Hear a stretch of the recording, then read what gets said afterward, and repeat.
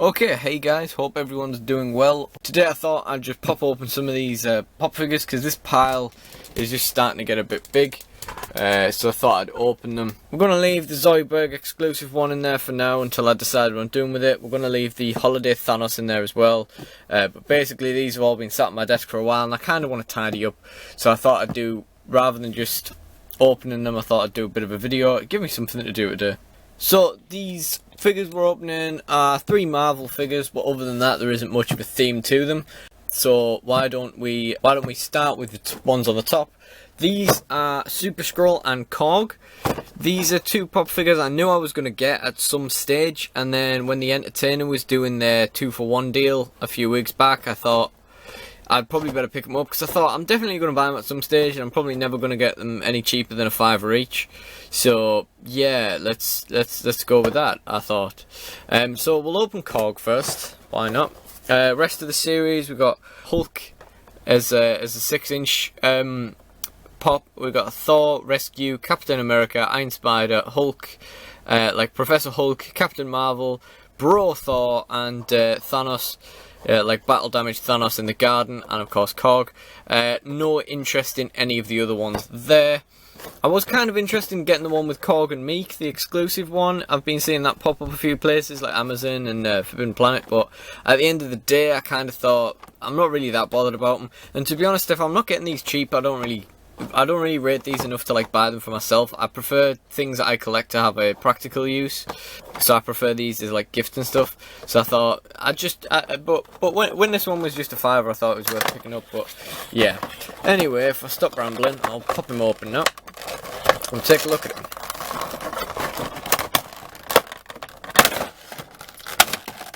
Absolutely love this figure. I'm a really big fan of Planet Hulk.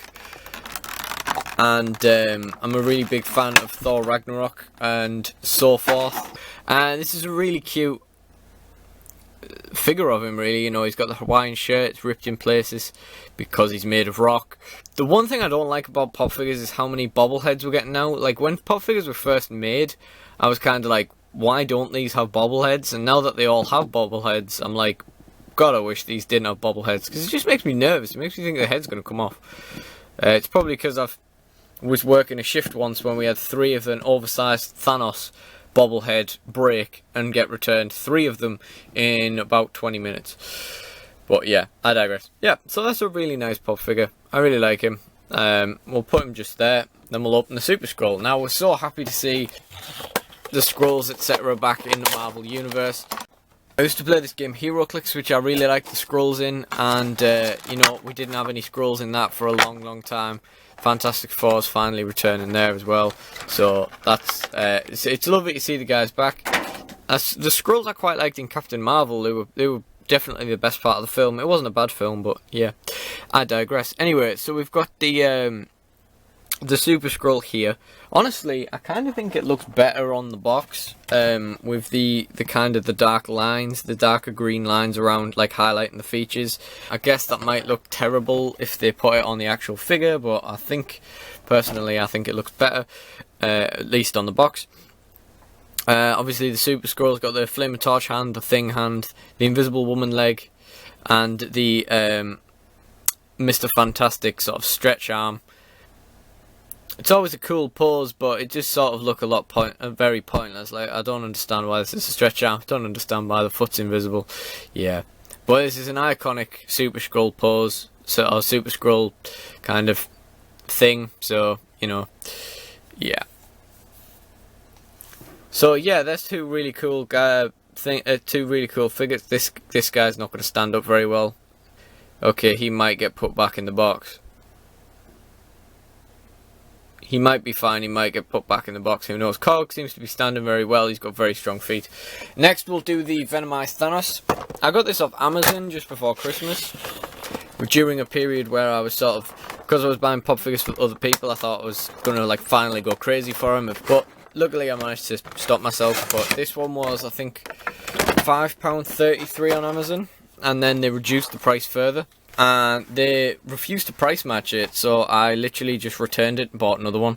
But yeah, So this is a pop figure I certainly wouldn't have picked up if it wasn't so cheap, but yeah, it's quite cool. It's a Venomised Thanos. I'm not a massive fan of the whole Venomverse thing, but yeah, this is quite a cool pop figure, I think. I like the blue in his hand. I love Thanos. I love Venom, I'm not a big fan of multiverses in general. Yeah, so there's the Venomised Thanos, which is a nice cool one.